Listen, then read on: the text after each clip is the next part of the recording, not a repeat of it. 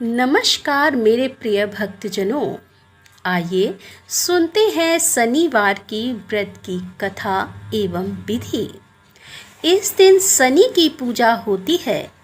काला तिल, काला वस्त्र, तेल, उड़द शनि को बहुत प्रिय है, इसीलिए इनके द्वारा शनि की पूजा होती है। शनि की दशा को दूर करने के लिए यह व्रत किया जाता है। शनि स्रोत का पाठ भी विशेष लाभदायक सिद्ध होता है।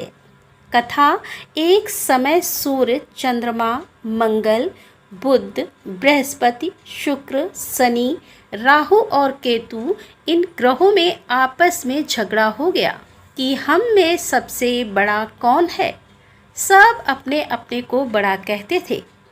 जब आपस में कोई निश्चय ना हो सका तो सब के सब आपस में झगड़ते हुए इंद्र के पास गए और कहने लगे कि आप सब देवताओं के राजा हो, इसीलिए हमारा न्याय करके बतलाओ कि हम सब 9 ग्रहों में सबसे बड़ा कौन है। तब राजा इंद्र इनका प्रश्न सुनकर घबरा गए और कहने लगे कि मुझ में यह सामर्थ्य नहीं है जो किसी को बड़ा या छोटा बतलाऊं। मैं अपने मुख से कुछ नहीं कह सकता। हाँ, एक उपाय हो सकता है। इस समय पृथ्वी पर राजा विक्रमादित्य दूसरों के दुख का निवारण करने वाला है, इसीलिए तुम सब मिलकर उन्हीं के पास जाओ, वही तुम्हारे दुखों का निवारण करेंगे। ऐसा वचन सुनकर सभी ग्रह देवता चलकर भूलोक में राजा विक्रमादित्य की सभा में जाकर उपस्थित हुए और अपना प्रश्न राजा के सामने रखा। राजा उनकी बात सुनकर बड़ी चिंता में पड़ गए कि मैं अपने मुख से किसको बड़ा और किसको छोटा बतलाऊं। जिसको छोटा बतलाऊंगा वही क्रोध करेगा, परंतु उनका झगड़ा निपटाने के लिए एक उपाय सोचा कि सोना, चांदी, कांसा, पीतल, सीसा, रांगा, जस्ता, अभ्रक और लोहा 9 धातुओं के 9 आसन बनवाए। अब आसनों को क्रम से जैसे सोना सबसे पहले और लोहा सबसे पीछे बिछाए गए। इसके पश्चात राजा ने सब ग्रहों से कहा कि आप सब अपने अपने सिंहासन पर बैठिए। जिसका आसन सबसे आगे है वह सबसे बड़े और जिसका आसन सबसे पीछे है वह सबसे छोटा जानिए। क्योंकि लोहा सबसे पीछे था और वह शनिदेव का आसन था, इसीलिए शनिदेव ने समझ लिया कि राजा ने मुझको सबसे छोटा बना दिया है। इस पर शनि को बड़ा क्रोध आया और कहा कि राजा, तू मेरे पराक्रम को नहीं जानता। सूर्य एक राशि पर 1 महीना, चंद्रमा 2.25 महीना 2 दिन मंगल, 1.5 महीना बृहस्पति और 13 महीने बुध और शुक्र 1 महीने, परंतु मैं एक राशि पर 2.5 अथवा 7 साल तक रहता हूँ।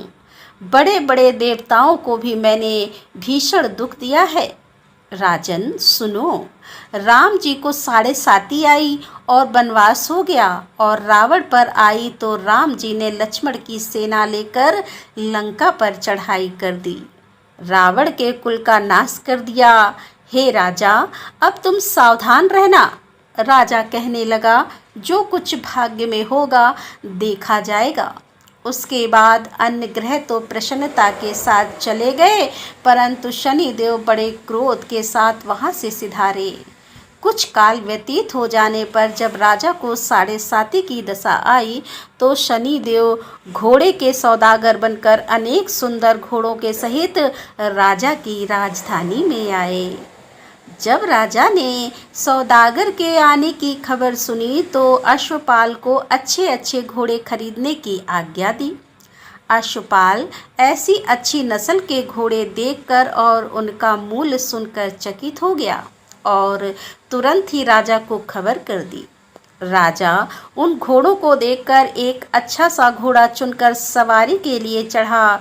राजा घोड़े की पीठ पर चढ़ते ही घोड़ा जोर से भागा घोड़ा बहुत दूर एक बड़े जंगल में जाकर राजा को छोड़कर अंतर्ध्यान हो गया। इसके बाद राजा अकेला जंगल में भटकता फिरता रहा। बहुत देर के पश्चात राजा ने भूख और प्यास से दुखी होकर भटकते भटकते एक ग्वाले को देखा। ग्वाले ने राजा को प्यास से व्याकुल देखकर पानी पिलाया। राजा की उंगली में एक अंगूठी थी, उसे निकालकर प्रसन्नता के साथ ग्वाले को दे दी और शहर की ओर चल पड़ा।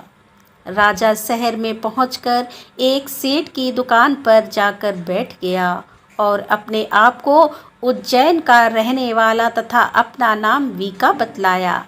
सेठ ने उसको कुलीन मनुष्य समझकर जल आदि पिलाया और भाग्यवश उस दिन सेठ की दुकान पर बिक्री अधिक हुई थी। तब सेठ उसको भाग्यवान पुरुष समझकर भोजन कराने के लिए अपने साथ ले गया। भोजन करते समय राजा ने आश्चर्य की बात देखी कि खूंटी पर हार लटक रहा है और वह खूंटी उस हार को निगल रही है। भोजन के पश्चात कमरे में आने पर जब सेठ को कमरे में हार ना मिला तो सबने यही निश्चय किया कि सिवाय वीका के और कोई इस कमरे में नहीं आया, अतः अवश्य उसी ने हार चोरी किया है।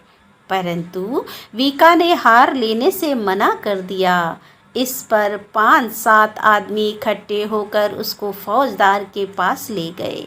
फौजदार ने उसको राजा के सामने उपस्थित कर दिया और कहा कि यह आदमी तो भला प्रतीत होता है, चोर मालूम नहीं होता, परंतु सेठ का कहना है कि इसके सिवाय और कोई घर में आया ही नहीं, अवश्य ही इसी ने चोरी की है। तब राजा ने आज्ञा दी कि इसके हाथ पैर काटकर चौरंगिया किया जाए। राजा की आज्ञा का तुरंत पालन किया गया और वीका के हाथ पैर काट दिए। इस प्रकार कुछ काल व्यतीत होने पर एक तेली उसको अपने घर ले आया और कोहलू पर उसको बैठा दिया। वीका उस पर बैठा हुआ जमान से बैल हाँकता रहा। शनि की दशा समाप्त हो गई और एक रात को वर्षा ऋतु के समय वह मल्हार राग गाने लगा। उसका गाना सुन उस शहर के राजा की कन्या उस राग पर मोहित हो गई और दासी को खबर लाने भेजा कि शहर में कौन गा रहा है। दासी सारे शहर में फिरती फिरती क्या देखती है कि तेली के घर में चौरंगिया राग गा रहा है। दासी ने महल में आकर राजकुमारी को सब वृतांत सुना दिया। बस उसी क्षण राजकुमारी ने अपने मन में यह प्रण कर लिया कि चाहे कुछ हो, मैंने इस चौरंगिया के साथ विवाह करना है। प्रातः काल होते ही जब दासी ने राजकुमारी को जगाना चाहा तो राजकुमारी अनशन व्रत लेकर पड़ी रही। तब दासी ने रानी के पास जाकर राजकुमारी के ना उठने का वृत्तांत कहा। रानी ने तुरंत ही वहां आकर राजकुमारी को जगाया और उसके दुख का कारण पूछा।